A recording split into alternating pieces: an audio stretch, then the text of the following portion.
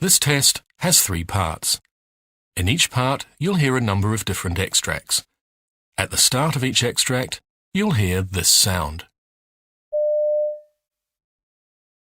You'll have time to read the questions before you hear each extract, and you'll hear each extract once only. Complete your answers as you listen. At the end of the test, you'll have 2 minutes to check your answers. Part A. In this part of the test, you'll hear 2 different extracts. In each extract, a health professional is talking to a patient. For questions 1 to 24, complete the notes with information you hear. Now look at the notes for extract 1. Questions 1 to 12, complete the notes with a word or short phrase. You now have 30 seconds to look at the notes.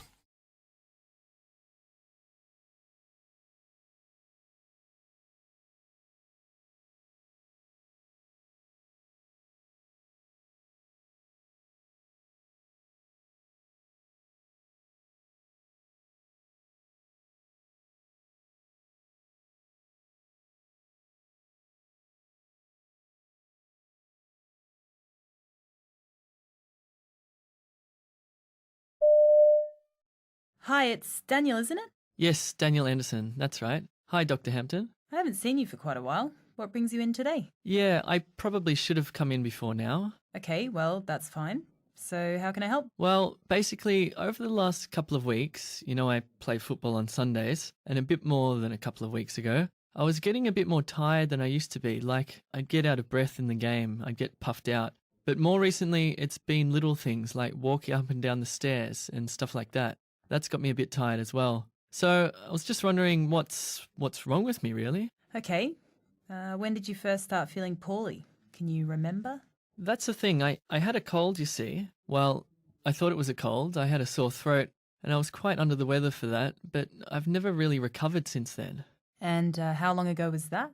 That'd be about a couple of months ago now. Couple of months. Did we see you with that? Well, so I made an appointment on the phone, but I didn't come in the end. No, I didn't see you on the computer. So you just basically managed that yourself and Yeah, I thought it was getting better, but it's never really, I suppose that's never really gone away entirely. So maybe it was something more than a cold. I don't know. Okay. What symptoms were you getting with that cold at the time? Bad sore throat. My glands felt quite big as well. So, I was just really tired, really, no energy. Were you short of breath at that time during the cold? Yes, but not as much now. That's why I've come in now, because it's gotten worse. It's got a bit more noticeable. But the cold symptoms have gone away now, pretty much. I still get a bit of a sore throat every now and again. Right, okay. When you're at rest, do you get short of breath? No. No. Okay. Ever had asthma? No, I've never had asthma or any sort of chest problems as far as I can remember. Nothing like that. And do you have a particular diet? Are you a vegetarian or anything? No, I'm not a vegetarian, but I hardly eat any meat either. I eat a lot of fried rice and instant noodles from the university cafeteria. The food's quite cheap.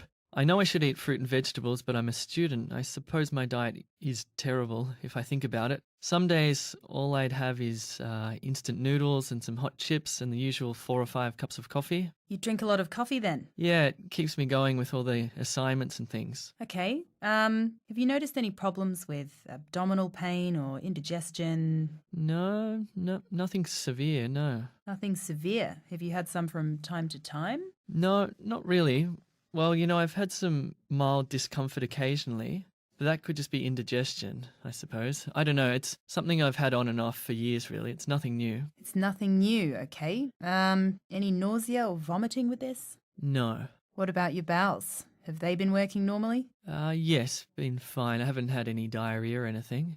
In particular, not past any black or very dark motions? No, nothing like that. And what about family history? Is there a family history of people getting anemic, for example, for any reason, as far as you're aware? No, not that I can think of. No one's had any sort of blood disorders or anything? No, nothing like that, as far as I'm aware. My parents are very fit and active, and my brother doesn't have any health problems that I know about. Right, so they're all fine as far as you know. So, Daniel, did you have an idea in your own mind what this might be? I thought it maybe could have been related to the cold I had because one of my friends did have glandular fever around like a few months ago because my glands were up. I thought it could be related to that.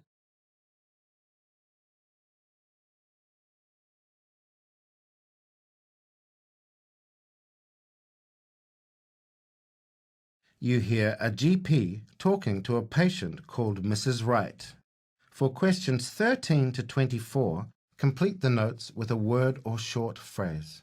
You now have 30 seconds to look at the notes.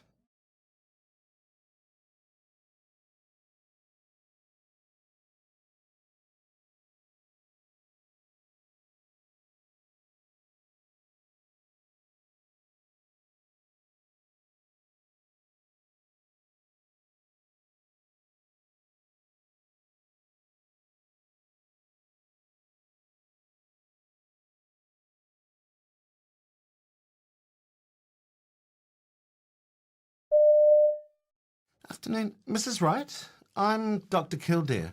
Now, unfortunately, your usual GP is away today, so I'm going to help you if that's okay. That's fine. Thank you for seeing me. Okay, so I've got some notes, but it'd be helpful if you could tell me, in your own words, about the problems you've been having.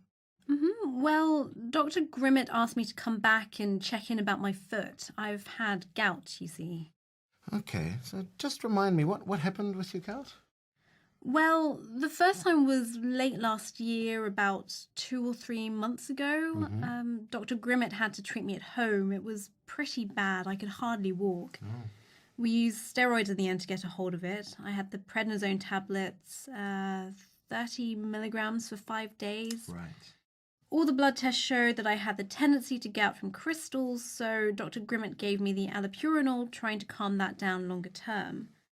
The doctor said to contact the clinic if it got worse, or come back around now just to check in. Right. So we haven't seen you. Is that a good sign? Well, I had, it was a good job I had the repeat prescription for steroids, because just after Christmas I had a bit of a flare-up again. I suppose I was eating a bit too much rich food and probably had more to drink than normal, but I have been watching it a bit. The doctor recommended I drink more water. He said 8 glasses, a couple of litres, and I've been trying, but it's a lot, you know, and I'm busy, so I don't think I drink more than 6 glasses through the day, but it's definitely more than before. Right. Well, that's really good to hear. Water can definitely help, so it's great that you're keeping that up. Sorry, do you mind just describing where the swelling was when you had it? Yes, sure. Well, both times it started down the side, kind of at the base of the second toe on my left foot, there. And then the whole foot swelled up across my smaller toes to the outside of my foot. Ah, I see. And both times I started getting a lot of pain, and it was all kind of spreading down from that area, and it went across the toes and started swelling up quite badly, really hot and inflamed. But it never goes to the big toe. So the second time, it never swelled up quite as bad as it did before, but I think I caught it in time when I went and got the steroid tablets from the chemist. Ah, good. So how long did it take to settle down once you started the tablets? It was a lot better than last time. I went straight back down within a week, so it was a lot better. Right, and when it settled down completely, is it back to normal? No, it's never been back to normal. I still have pain on that second toe where it always was right from the start, and I've still got it now. Right, and how are you getting on with the allopurinol? Yes, it seems to be better. I don't have any problems with it. I'm taking them okay, but like I say, that second toe is still giving me a little bit of a problem. I see. At the time, the doctor actually wondered if it might be a stress fracture, but I had a foot x-ray and that was clear.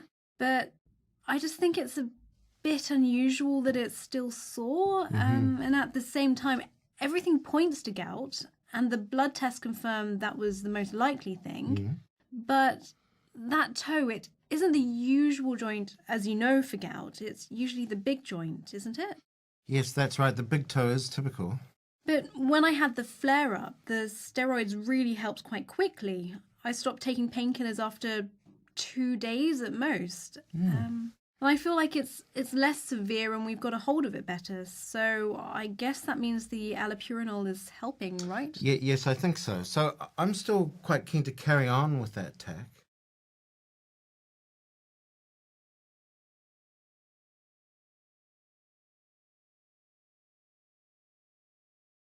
That is the end of Part A. Now turn over and look at Part B. Part B, questions 25 to 30. In this part of the test, you'll hear 6 different extracts. In each extract, you'll hear people talking in a different healthcare setting. For questions 25 to 30, choose the answer A, B, or C, which fits best according to what you hear.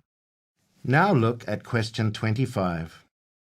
You hear a nurse in the emergency department discussing the care of a patient with a doctor. Now read the question.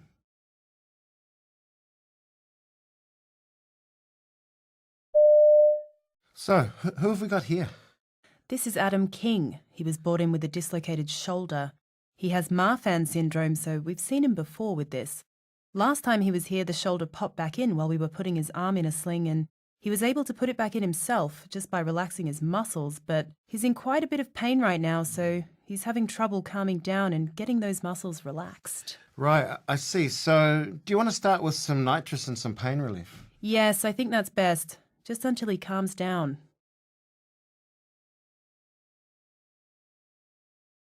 Question 26.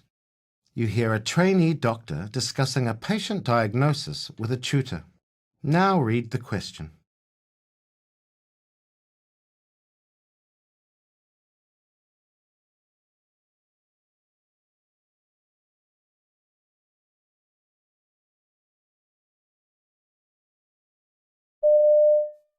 Let's have a quick chat about the diagnosis for Janine in Ward 2. Yeah, I was a bit unsure about that one. Because it's a young patient, it's not going to be diverticulitis or... Well, it's possible, but she is young, so yeah, it's unlikely. So, what do you think? What else could it be? What else happens in the bowel? Something common. Think about common things. Bilateral lower abdominal pain? Because it's like radiating into the back? Yeah, something very much more common than that. Gastroenterological? Yeah, I can't think. possibly related to diet? Celiac disease? Perhaps, but there's not a lot of other symptoms pointing to that. What else would give you discomfort in the bowel? Lower abdominal pain. I suppose if they're just constipated. Right, yeah, constipation.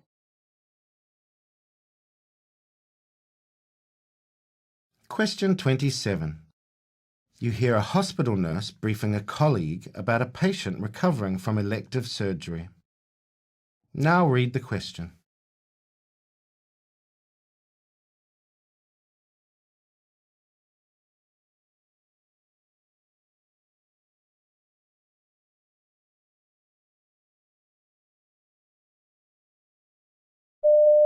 So, who have we got in bed 8? Bed 8, Mr. Bernard Chambers, a 50-year-old man, had an elective bilateral inguinal hernia repair this morning. His wound is covered and dry and his post-operative observations are stable. Temp is 37, his blood pressure 140/70. He's already started eating a little and his walking is tolerated. Analgesia is written up, but he hasn't needed anything. He's planned for discharge tomorrow. His wife can pick him up. And he'll need a sick certificate for work before he leaves. Can you make sure he gets that, please? I asked the ward clerk to copy some post-op information for him, but I haven't had a chance to look through it with him. Question 28. You hear 2 hospital managers talking about an information session for people who want to do voluntary work. Now read the question.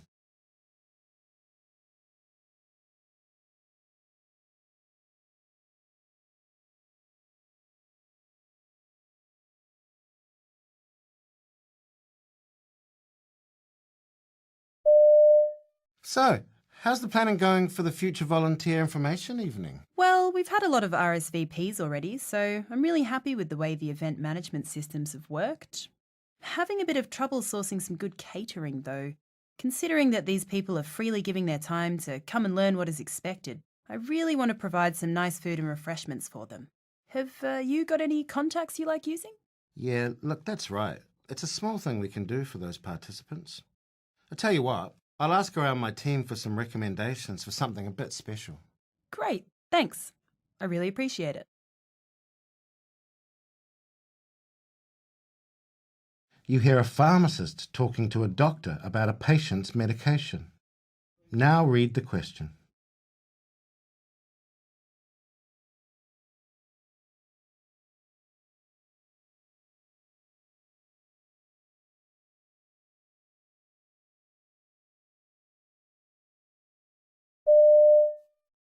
Sorry to bother you, Dr. Anderson. I just wanted a quick word about Mrs. Campbell's prescription. The one for diphenhydramine that you gave her last week. Ah, yes, for her allergies. Yeah, so she's been taking 50 milligram tablets for about a week now. The thing is, she's just been into the pharmacy and she says that the tablets are making her feel really drowsy and her mouth's really dry, ever since she started on the pills. Really? Well, that does happen from time to time. But maybe switching her onto a different medication wouldn't be a bad idea. Okay, I'll look into some options and then run them past you later, shall I? Fine, thanks.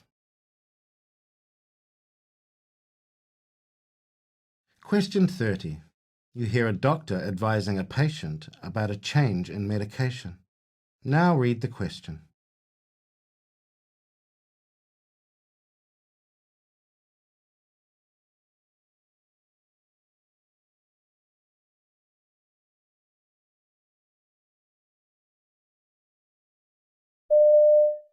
Now, the good news is that I don't think that antibiotics are going to help, so we don't need to think about those. And what I'll be advising actually is, from now, I'll be advising to start with a daily antihistamine. It's called cyterizine. I'll write that down for you because it is cheaper to buy than it is on prescription. And it probably is the number one choice for, I hope you don't mind this bit of scrappy paper That's okay, here. that's okay. The number one choice for hay fever at this stage. This is 1 tablet a day. Now, for most people, it's absolutely fine. One person in about 100 gets a bit drowsy with this, so if you find when you've taken this that you get drowsy, then it could be this, and we maybe need to think of other options, and we'll come back to talk about that.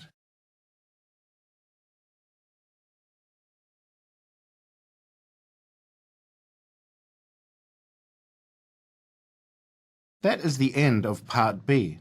Now turn over and look at Part C.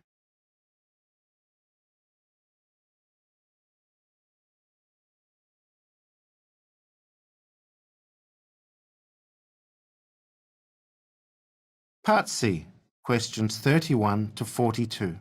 In this part of the test, you'll hear 2 different extracts.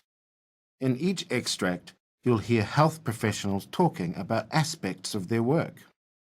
For questions 31 to 42, choose the answer A, B, or C, which fits best according to what you hear.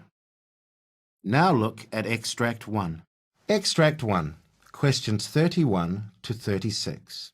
You hear an interview with Dr. Christine Erickson, who's talking about her research supporting non-fasting lipid blood tests for cholesterol. You now have 90 seconds to read questions 31 to 36.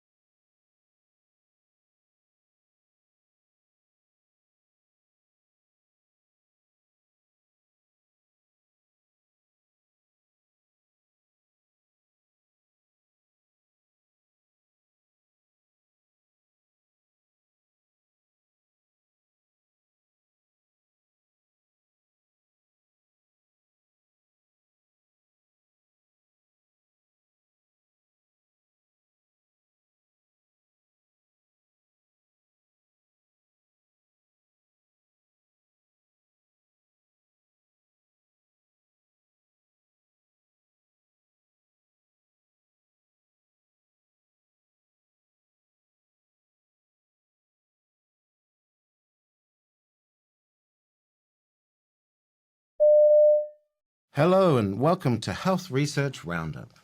For decades, people have been asked to fast before they have blood tests to check cholesterol levels. However, a new research report from an international group of experts suggests that this is not necessary. To discuss this research, my guest today is Christine Eriksson from Copenhagen University Hospital, who was a lead author of the study. Christine, welcome. Thank you very much. So why did we ever ask people to fast for blood lipids, for your blood fats? Well, if you ask me, I don't really know, except for that's what we've been doing for so many years. I really tried to read the literature and find some very scientific evidence supporting that it is superior to just taking a random non-fasting blood sample as we do now. And I had problems finding the evidence. There's a lot of arguments people put forward for why you should use fasting versus non-fasting, but really solid evidence that is better, I can't find it. So was this a tradition rather than science? I think so, yes. I mean, you can ask me why did it start? I think that some of the early studies, the original publications way back, said that they used fasting samples and therefore everybody thought you had to do that without really thinking why. But those early researchers may have had good reason to do it that way, but there's nothing I've seen that said it had to be done that way. And there's all this evidence now from Canada and the US, 2 excellent studies, one in children and one in adults. And then we have a lot of studies from Copenhagen, and they all show that when you just look at people that eat and drink whatever they usually do, and you take a lipid panel, cholesterol, triglycerides, a very common fat in the blood, then they don't really change very much in response to when you have been eating. So there is a difference? Yeah, the difference is in millimoles per litre. So it goes up by about 0.3 millimoles per litre. However, in clinical practice, when you look at triglycerides, you're interested in whether it increases 1 or 2 millimoles, not 0.3 millimoles. So that's what's clinically relevant. And even with a bad form of cholesterol, that's not going to make the difference between whether or not they put you on medication? Yeah, that's right. We provide data in this report where we did direct measurement and after fasting and in about 6,000 people, and the correlation between the two methods was, I can't see the difference. It looks exactly the same. So you moved over in Denmark to this official recommendation about 7 years ago. So what's happened since then? Have there been any issues because of undiagnosed cholesterol levels? No, everybody was happy right away. Even the laboratories that didn't change right away, they were pushed by patients because there were reports in the media telling them that at Copenhagen University Hospital, we're doing non-fasting, so everyone wanted to do it.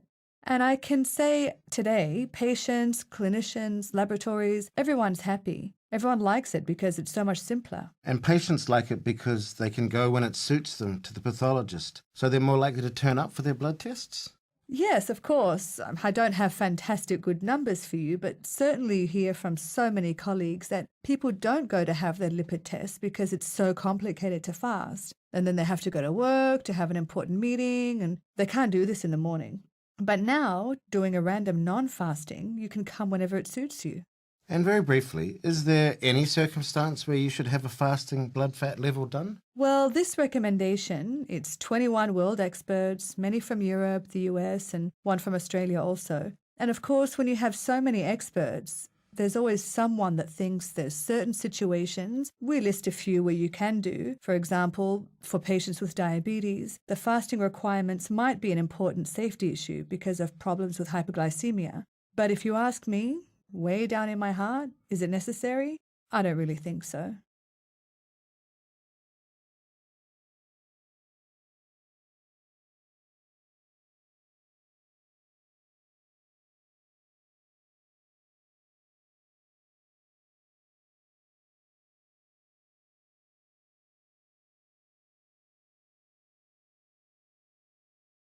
Now turn over and look at Extract 2.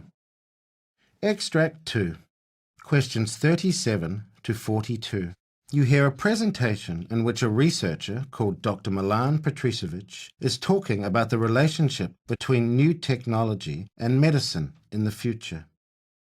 You now have 90 seconds to read questions 37 to 42.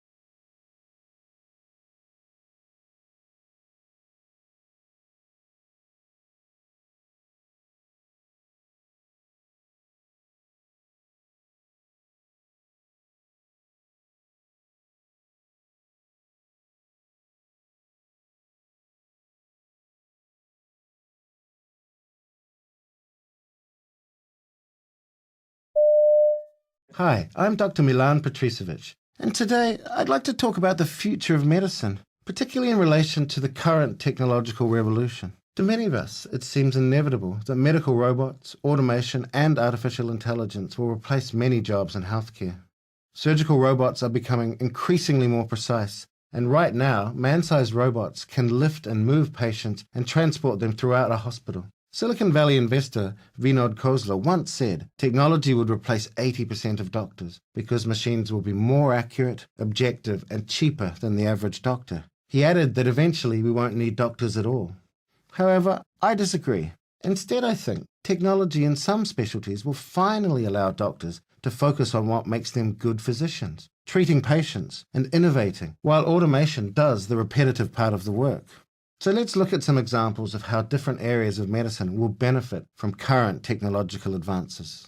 Take general practitioners as an example. Many doctors choose this specialty today because they have a chance to make a long-term impact on someone's life. And it's true that GPs enjoy tremendous trust from their patients. But seeing someone only when they are sick makes it hard to prevent disease and ensure someone's long-term well-being. It's even harder to do this when waiting rooms are overflowing and you only have 15 minutes to diagnose the illness, design a therapy, and offer health advice. In the future, wearable sensors and devices that stream data to a doctor's smartphone will notify them whenever vital signs are acting up and provide them with all the data they need wherever they are. These devices will also ensure doctors only treat patients who really need professional care, making it possible to offer simple treatment advice remotely. In turn, this will increase the time GPs have to treat and advise each patient, building trust and ensuring patients act on a doctor's advice. What's more, smart algorithms will allow GPs to tap expert advice on their patients' conditions and act as a gatekeeper, connecting patients to other specialties. And these are just a few examples. So what about radiology? Well, already IBM's medical sieve shows how artificial intelligence algorithms can scan hundreds of radiology images in seconds, doing the repetitive job of finding malignant or out-of-place phenomenon that currently radiologists have to do daily. This technology won't replace this important specialty. Instead, radiologists will have time to supervise how the algorithm is doing, or to research and innovate, making the technology behind these devices even better. Their time will be much more productive rather than spent checking hundreds of x-rays a day. Ophthalmology will bring science fiction technologies to patients in the near future. Retinal implants might give vision back to those who have lost it, or even give humans supervision, augmenting what we can already do. In sports medicine and rehabilitation, the first forms of activity records from tech like Fitbits all focused on people who exercised regularly, but only provided basic insight into how they were performing. Now, a new generation of devices tailored to professional athletes is hitting the market, with apps providing detailed insights into movement patterns and force output in any movement. Sports medicine physicians will have concrete data to measure how athletes are improving. By the time these reach the mainstream public, sophisticated algorithms will be ready to analyze data from these devices and provide personalized suggestions to improve performance and to speed up recovery. Similarly, video consoles from Xbox to Microsoft Kinect will offer a way of monitoring how a patient is doing from a distance by seeing their progress liquidly on a screen. In oncology, this specialty will pave the way for personalized medicine. Even now, oncologists customize therapies to a patient's genetic background and their tumor's molecular makeup. Cheaper genome sequencing and measuring blood biomarkers are speeding up this process, with companies like Grail working on fluid biopsies which could filter tumor cells from blood samples. Tumors could soon be diagnosed earlier and analyzed without costly surgery. What's more, artificial intelligence could soon be used to help oncologists understand and even cure cancer. Already, IBM Watson obtains all the relevant information from millions of studies about a patient's case and makes suggestions for treatment plans most likely to work. In the meantime, patients are better informed about the disease thanks to social media communities of fellow patients. These signs all point to a bright future for oncology in partnership with new tech innovations. So what does this all point to? Well, my conclusion would be that, all in all, many jobs will be taken over by robots and automation in the coming years, but at the same time, amazing opportunities will also emerge, especially in medicine. These will require physicians to acquire new skills and improve their existing ones. In my opinion, the majority of specialties will have more time for patients and better insight into disease.